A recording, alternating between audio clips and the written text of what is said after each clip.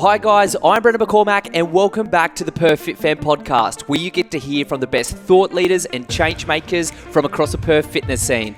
In episode number 40, we are so close to the 50.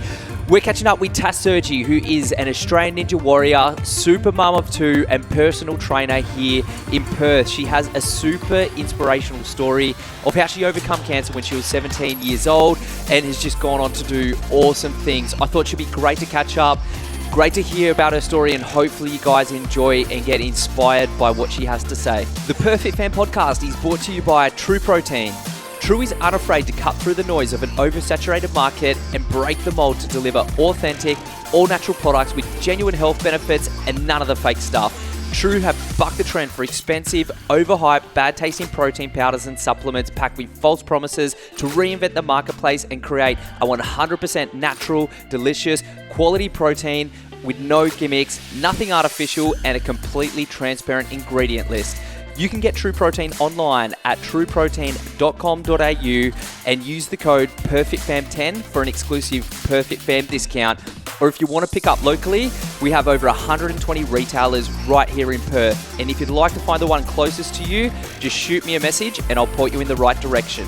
And finally, you may have recently seen that we've been running a series of webinars to help you guys improve your social media. So if you're a personal trainer, a gym owner, or someone who just wants to up their Instagram game, stay tuned because we have more on the way. We also have two new exciting products coming out, one exclusively for boutique gym owners, and then we're going to back it up with another product for solopreneurs. So exclusively PTs, massage therapists, anyone who runs it on their own. So if you want to up your business, your marketing, and your social media, we will have something for you soon. And that is all for me. I hope you enjoy the podcast. Episode number 40 with Tash Sergi, PT. Yeah, apparently you guys are going to get a mega wall, so it's going to be even higher than that. Yeah. I don't know how council's going to be with that unless there's mats underneath it. I don't know. But that's going to be pretty wicked. Yeah, mega wall will be 5 meters. Mad. That'll be cool. Super mad. All right, where are we at with this thing?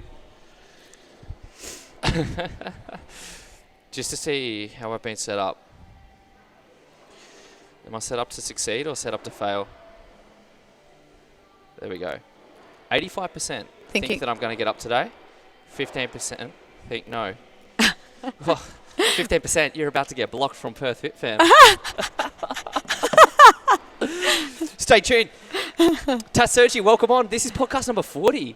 Awesome. Hey, how you doing? I'm good. Thanks for being on. If you don't know, PT Search PT on Instagram. Supermum, Australian Ninja Warrior, and probably the best abs of all women in WA. The best abs. Yeah. So I'll set up with the story from F45. So Tash did the F45 playoffs recently, which I emceed at, and had your abs showing, doing some pull-ups, and I could see them look like bricks from where I was standing. So I remember you trying to do pull-ups and get through it, and I just directed everyone's attention to you. So I hope that you enjoyed that. Thanks, yeah. We've got a few new followers. Yeah. But you got a wicked story, which is what I wanted to go in, and I've heard a little bit of it predominantly on Ninja Warrior, where you've been a contestant on before, but I didn't know a lot of it. So I thought it'd be awesome to be able to share that if you're cool with that today. Yeah. So first of all, I see all your cool stuff on Instagram, all the sweet stuff that you do at Ninja. You're a PT at Revo as well. But how did you get started in fitness? Before all this ninja stuff was about, what did you do? Tell us about your background. Way back. Yeah, tell me. Let's go way back. I've literally my whole life played sports. Mum used to call it mum's taxi service. I was one of those kids. I just wanted to do as much as I could in my week.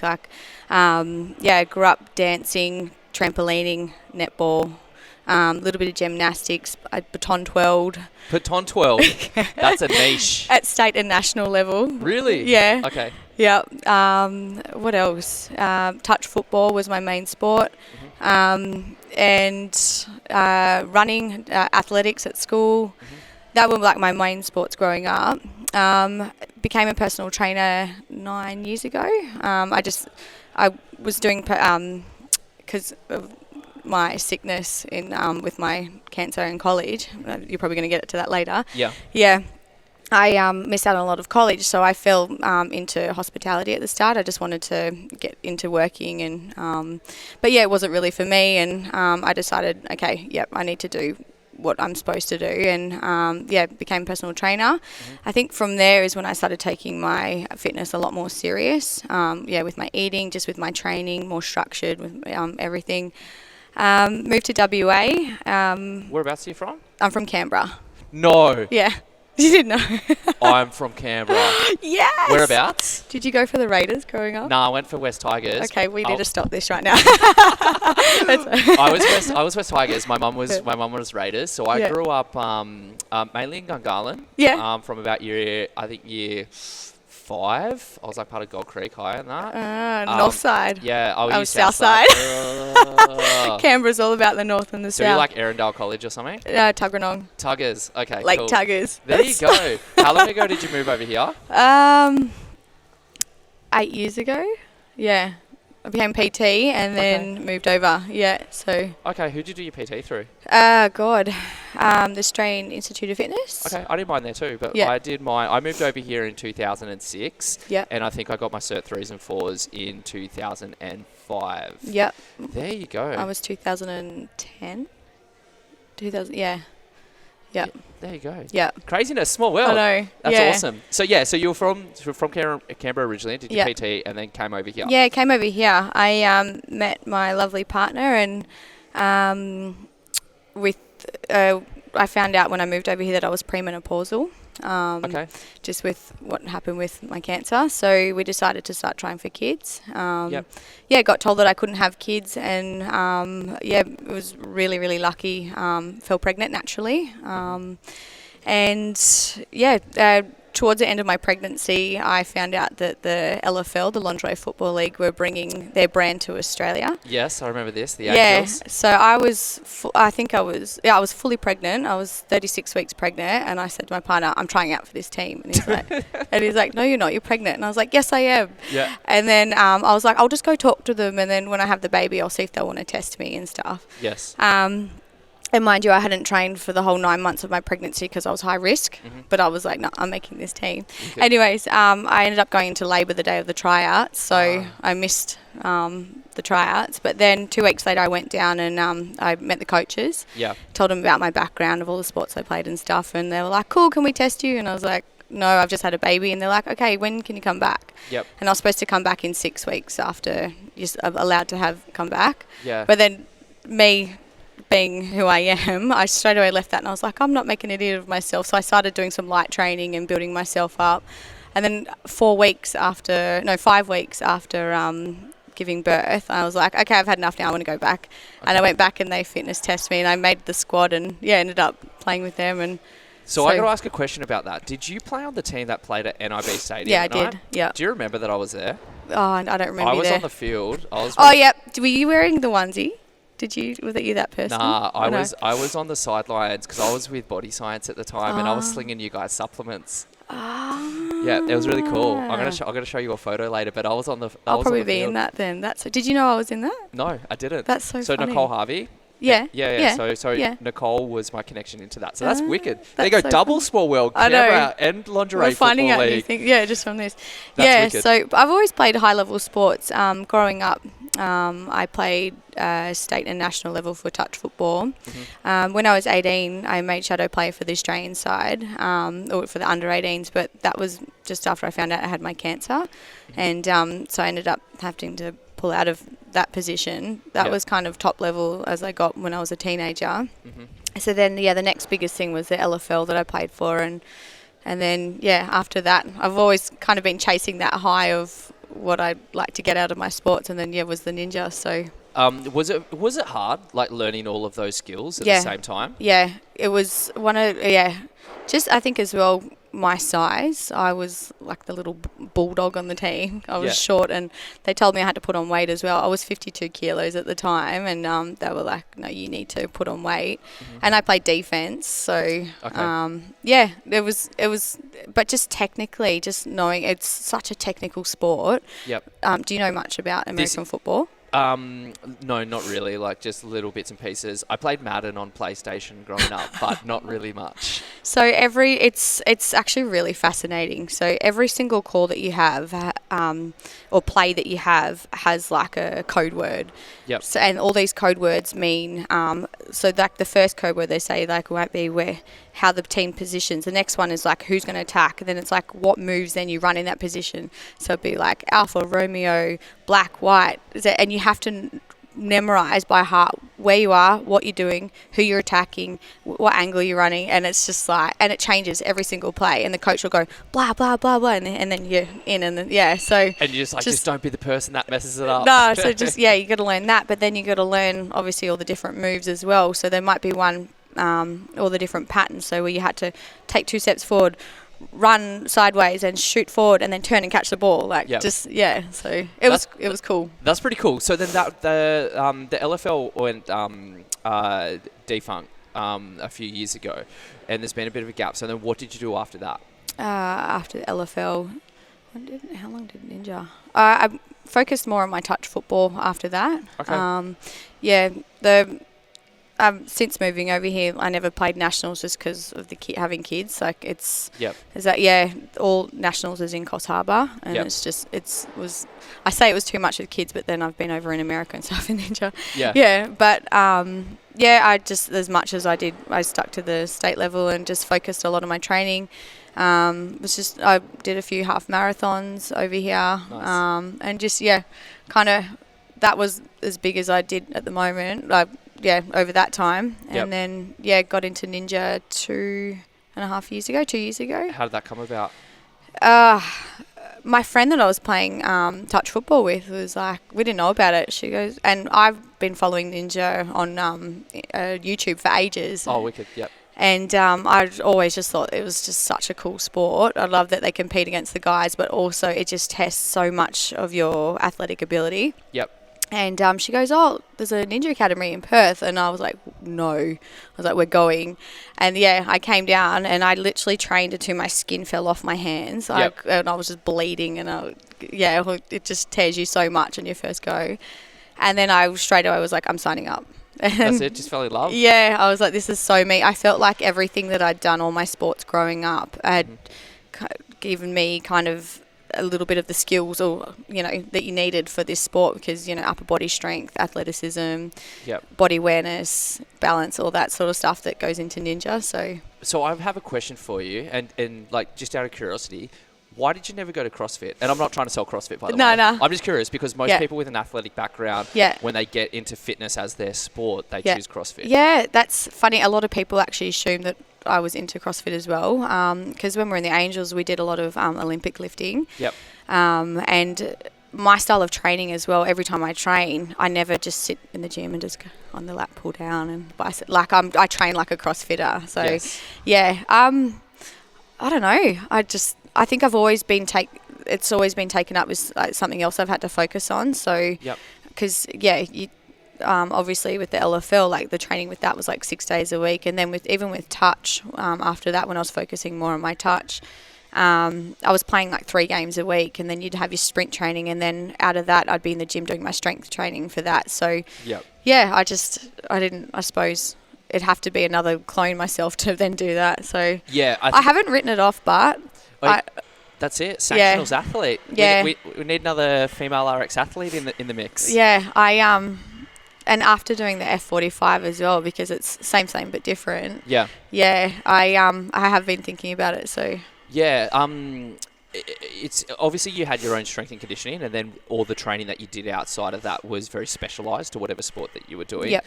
I think when someone takes on CrossFit, generally it's like a all in. Yeah. Yeah. There's it's quite a technical side, but just a random question that I had. Yeah. Now you have 2 kids, don't you? Yeah. 2 boys. Which is quite a bit of work. How do you handle Oh my everything God. that you do? 2 boys, partner. Everyone always goes, how do you do it? And I'd be lying if I said, it's so easy. It is full on, especially 2 boys. Yeah. I'm lucky they're beautiful kids, but they're just as hypo as me, if not more. So it's pretty crazy. I just have to be super, super organised because I do fit in my training. I work still 5 days a week, and and then obviously my kids, and I run around. My kids, I take them to swimming lessons. I coach them in Auskick. They're both in school. You coach as well? Yeah. Not just them, you coach the team? Yeah. Oh, damn, there you go. Yeah, so you just have to be really, really organised. We have no family here, so I can't just go and drop them off at my mum's house. They come with me to... I had a ninja comp here yesterday. They were here with me yesterday. So, but they're pretty good. And they love it. They love it. Oh yeah. Oh, I have to set up an obstacle course for the side to keep them occupied. Otherwise, they'll just So it's pretty cool. They're good kids.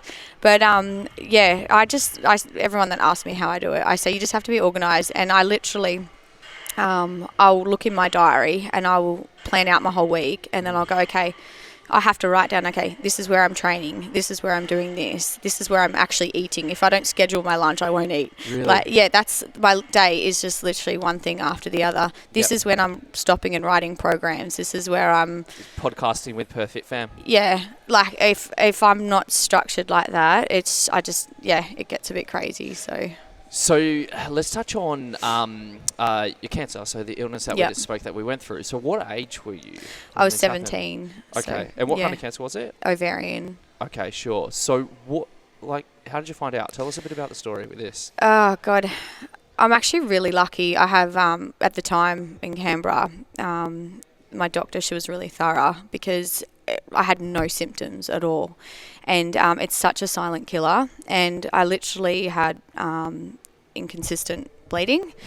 And it went on for about a month. And I just thought, I'll just go check it out and see. And, she was straight onto it. She did a pregnancy test and it had a high hormonal signal. It was saying that my body that I was pregnant, but she sent me for a scan. And then I had to go have surgery because she actually thought I was pregnant, and they thought I had an ectopic pregnancy, and they removed the ectopic pregnancy, but it was actually that's when it's in the tube, right? Yeah. So okay, cool. So it's when it gets stuck. Yeah. And then so they removed that, thinking that's what they were removing, but it was actually a tumor that they removed. And then a couple of days later, they called me back in and they sat me down and they said, we tested it and you were never pregnant. It was cancer tumour that we removed, and they said we need to put you back under and we need to remove your ovary and your fallopian tube. So, went back under. They removed my left ovary, my left fallopian tube, and they said my whole left ovary was just full of cancer, and I was just so lucky they got it when they did because it hadn't spread. But in saying that, you can't detect a single cell. And because I was only 17, I had to wait 3 months for all the surgery to heal. They went straight into aggressive chemo. So, I before my 18th birthday, I went through 3 months of aggressive chemo. I lost all my hair. I lost a lot of weight. I was actually quite sick from it because they hit me pretty hard because they wanted to make sure there was just nothing left. With the cancer. Yeah, so my 18th birthday, I had a fancy dress party and I wore a wig because I was bald. But it was an interesting time in my life. Yeah. And I think as well, it really made me grow up quite quickly because being 18, and it's a time when you're kind of discovering yourself, and you're even just with your confidence and what you're doing and with guys and just everything, and then being 18 and being bald, it was an experience, but it did make me grow up quite quickly. Especially being a super fit person and growing up like that, it probably wasn't on your radar at all of ever been a thing that would happen. Yep. So what did you feel? What was your thought when they said that you weren't pregnant, it was a cancer? It just, at the time, it really felt like a word. Okay. I still wasn't sick. And it's just like me saying to you right now, you've got cancer. And it didn't sink in until that night. Because I remember after they said it to me, my first question was to the doctor. I said, am I going to die? And you never think, being 18, you don't think about death. And to have that thought in my head, it was pretty intense. And it still didn't even sink in. And then when I got home that night, it was the first time I actually cried. And I just thought, holy shit, am I actually going to die from this? And it was pretty scary. From there, I just had this, I think when you're going through something like that, you have no option but to obviously fight it. And it was weird. I had this strange just strength that just overcame me, and everyone was like always saying to me, I can't believe how strong you're being with this, because I was still happy, bubbly, positive. I was telling more people, like my mum and everyone, I'm going to be okay. It's going to be all right. Like, I just felt like I knew I was going to fight it and I was going to be okay. And everyone was like, why are you so, I can't believe how strong you are. And I said, you know what? That's the only option I've got. And I said, I said, my cards have been dealt. I don't want to, if I am going to die, I don't want to spend the rest of my life being miserable and sad and waiting to die. I said, I'm going to stay happy and I'm going to do the best I can, and then we're just going to see what happens after that. And thank God I had it's all been good. So, and I'm here. Am I here? You're definitely here. Yeah. What was the recovery process like? How long? Yeah. Oh God. This is taking a trip down memory lane. So I was 17. I got diagnosed in November. Then February next year is when I started chemo. Mm-hmm. I had the surgery in December. Then I started the chemo in February. I finished chemo beginning of May.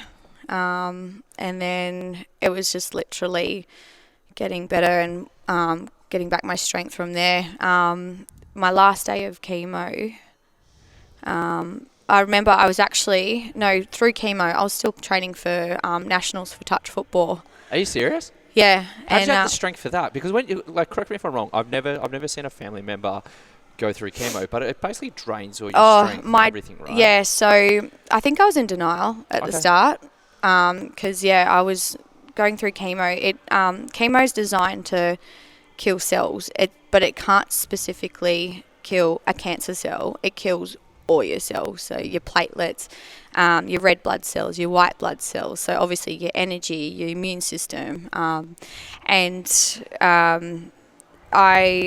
would go to training, and I remember I'd be running around and I'd just suddenly be like, whoa, like I feel like, because you can't eat as well, and I literally nearly fainted a few times, and I just wanted to keep going. I felt like I couldn't stop in my life. Mm-hmm. And then my one of the last trainings I went to is when my hair started falling out, and I took a pair of clippers to training, and we were playing a trial match against the 40s men's team. Yep. And my team, they shaved my head because it was all just coming out in clumps, and they left like a mohawk, and we got gel and we spiked it up.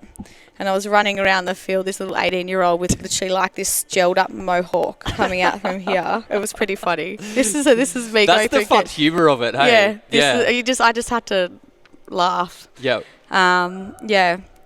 So my footy coach, actually last time I spoke about him, I forgot to say his name, and when I showed that I spoke about it, I'm going to say his name. Danny Goodwin. Okay. Yep. He's a legend. So the whole time I went through my chemo, he would come into the hospital every single day. He wouldn't go to work. Mm-hmm. He would come in with a deck of cards because you're isolated on chemo. Mm-hmm. Deck of cards, a little drink that he knew that I could drink because I couldn't stomach anything else, and we'd play euchre for like 8 hours of the day to pass the day while I had the drip in my arm with the chemo every day for 3 months. That's awesome. What a legend, hey? Yeah. But in the end of my training with my chemo, my doctor had to beg my coach not to let me play because he knew it was just too much. And so then how long until you got the all clear?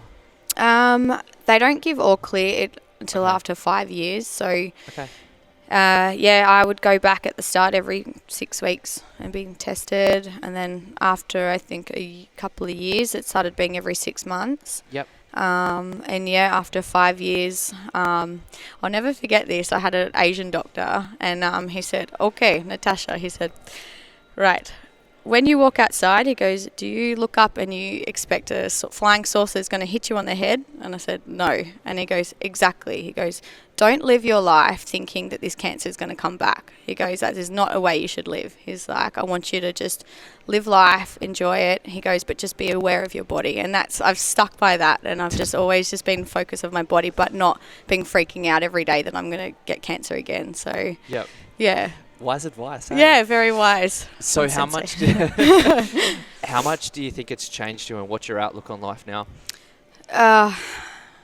It's more, I think, after you have kids, it's more about being healthy and being, for your kids. I had a little scare after my second child. They was born because I was having a lot of pain in my pregnancy. Like, I would literally be buckled on the floor crying. And I went in and they found a tumour in my right ovary, my good ovary. Okay. But they couldn't test it to see if it was cancerous or not. And the only way that they could test it is if they took out my ovary. Okay. And my specialist, I still see them now once a year. They still want to take it out. But if you do, then you can go straight into menopause. Okay. So I've been a bit of a rebel and I'm not letting them take it out. I'm just hoping that it wasn't cancer. And this went on for actually a couple of years. They just kept testing me to see if it was like changing or growing just through ultrasounds, and then it went away on its own. Awesome. But when I found that tumour in my ovary, it was actually, I think I cried more then than when I actually did find out that I had cancer when I was 17. I think because I felt like I had more of a purpose, obviously, with your kids, and I just thought, I don't want my kids to not have a mum. Yeah. And I was in hysterics, and it turned out to be nothing. Yeah. But it's definitely changed me a lot, and yeah. Flying saucer, hey? Yeah. I'm still thinking about that. It's a good way to look. So many people, they live in fear or whatever, but you can't live like that. You got to be happy and, obviously be aware of your body or whatever, or even just general things in life, with like, even doing things that scare you and stuff like that. That's a big thing. Yeah, I feel like I've changed with that. When I was 17, there's no way I would sit here and do a podcast. Really? Yeah, no, I hated public speaking. I used to, at school, I sucked at it, and I would sit there and I would just turn to water and I'd just be like trembling. Yeah. And I think I've been really forcing myself, just throwing myself into uncomfortable positions because I feel like I like the thrill out of it, but I feel like every time you just grow that little bit as well. That's what I tell everyone. So same thing with me. When I do the races, when I do stuff, I'm going to hit the warp wall today. Yeah. It's just literally overcoming things that people would walk away from. Oh, massively. And you change and you feel, it's like such an empowering feeling, but it really does develop you more as a person, I feel. Massively. Yeah. Like in everyday life, how you handle everything. That's one thing I couldn't agree more. So I hope that's something that everyone takes notes of. Yeah. So then you've gone off to do some pretty rad stuff. Obviously, we're at Ninja Academy, so I want to chat about Ninja Warrior. So you were on the last season, not the first season, right? So season 2. Yeah. So tell me about that experience. Tell me what you can tell me about that experience. Oh God, it was so fun. I think it just really opened up my love even more for Ninja from there. It was so different filming for a TV show, and just competing when you're got all the audience screaming at you and under the lights and stuff like that. That was more intense than the LFL. It was pretty full on. I can't even describe it. It just feels like you're jumping out of a plane or something. Like the adrenaline that you get from it is just next level. Yeah. But it really set something off. Like from there, I've just been competing constantly for the past 2 years now. Like we have a local comp here. Yep. I've been to Queensland in a state versus state comp. Mm-hmm. This year, I went to America for the world titles. Yep. And then to Vietnam for the Ninja Warrior show in Vietnam as well. So, was that actually for the Ninja Warrior show? Yeah. I didn't realise that. Yeah, it's called Sasuke. Oh, okay, so it's under a different name. That's why I wouldn't have realised it was for like the Ninja Warrior show. Yeah, Ninja Warrior Vietnam. That was cool. Their rules over there is not like Australian rules. They it'd be raining and they'd climb up their scaffold in bare feet and drag a cord of like an electrical cord through water and start welding in the rain. Are you serious? Yeah. Oh my Lord. It just made the whole experience. It was fun. Yeah. It's definitely different over there, but it was really cool. What's your biggest highlight so far? Well, what was your biggest highlight on Ninja? Oh God, that's a good question. I've never really thought about that. I don't know. Everything, the whole experience. Yep. Yeah, I'll get back to you on that one. I haven't thought about that. Awesome. It's the whole thing. It's just been a ride. I don't know. Yeah. That's right. I got to wait for a message so you can let me know. Yeah, okay. Now, obviously you've gone through a lot, you've come through, you're doing amazing things now, and you really sum things up by conquering new things and developing your character, which is essentially, I couldn't agree anymore. So what's your advice for people out there that might be going through challenges of their own? I guess you can either fight it or you can, I guess, lay down. Yeah. So what's your advice? And like any challenges like with life and stuff like that, do you mean? Or yeah. So some people might be going through some big challenges like what you had to go through. Yep. Some people might just be in fear. Yeah, okay. I suppose you just got to, pretty much what we were chatting about before we started this, is you just got to get started. And even if you just have no idea what you're doing at the start, just faking it before you're making it. Do stuff that scares you. Do stuff that you have no idea about. Get a mentor. Ask, do your research, and then just start. I always say with your training, because a lot of people when they come to me with their strength, they have an end goal, but they're like, oh, but I'll never be able to do that. And I was like, yes, you can. Everything has a regression, and if you work through your progressions on all different angles, they all start to add up. Anything with life, strength, whatever, and eventually you'll get to your end goal. So. Yeah, if there is something that you guys want to try, just start. It's as simple as that. Yeah. Yeah. I think that's the biggest thing. People just don't feel like they can do it or achieve it. Yeah, or that they need help. Yeah. They don't know how to get started. Yeah. If you're literally completely lost in it, as I said, get a mentor. Yeah. Do your research. Just start with basics, and then as you get good at your basics, then you start doing more and more with it. So, yeah. Now, talking about mentors, if somebody wants to get mentored or coached by you, because you do PT as well as hang out at Ninja. Yep. So what do you actually do for work? Do you work out of both? Because you're Revo? Yes. Or is Ninja just your playground? Ninja's my playground. Okay, yeah, cool. So I work at Revo 5 days a week in Scarborough. Yep. I focus a lot on one-on-one training. So I do... I train mixture of males, females, and I specialise... I'm really broad, I think, with what I've done. Yes. Yeah, so I do run a couple of classes a week there as well. I teach a box fit class, so I actually used to box a little bit when I was younger. So did ya? Yeah, I started a box fit class there, and I run a boot camp on Saturdays. Where's that at? That's at Revo as well. Oh, that's at Revo? Yeah. Revo Scarborough? Okay. Yeah, wicked. so one-on-one's been really successful. Like I've had my same core clients since I've been there for the couple of years. Awesome. And a lot of clients have kind of followed me around where I've been. So yeah, it's good. I go quite in depth with my clients with my personal training. So we won't just get in and just start training. Like we go through everything. So mobility, we cycle through their strength programs, nutrition and everything. So yeah, it's good. Revo is a really cool gym. Yeah, Andrew does great there. It's such an awesome local big box facility. Yeah. So if someone wants to become an awesome ninja or just have awesome success within fitness, go see Tash Sergi PT. Yeah. How should someone contact you? Probably best way, everyone can find me on Instagram. Yeah, Sergi PT. Sergi_PT. We're definitely going to take you in. Thank you so much for sharing your story. It was awesome. I really just wanted to hear it for myself, so I hope people got inspired by that. Thank I know you. that they will. Keep killing it. You're going to show me now how to get up this 4.5 metre wall. You're going to show me that you're going to get up that wall. I'm going to do it. You're going to do it. Let's do it. Time to overcome. Let's go. That's all for the podcast today. I hope you enjoyed the episode with Tash Sergi PT. If you did, then please go onto iTunes, give us a 5-star review, and make sure to leave a comment in the reviews. It really does help the channel a lot to grow, and I love seeing what you guys have to say. It's great feedback. Also, anything you share on social media, tag us in. I'll give that a reshare. Really appreciate you guys. And as always, stay tuned for more of the Perth Fitness scene to come.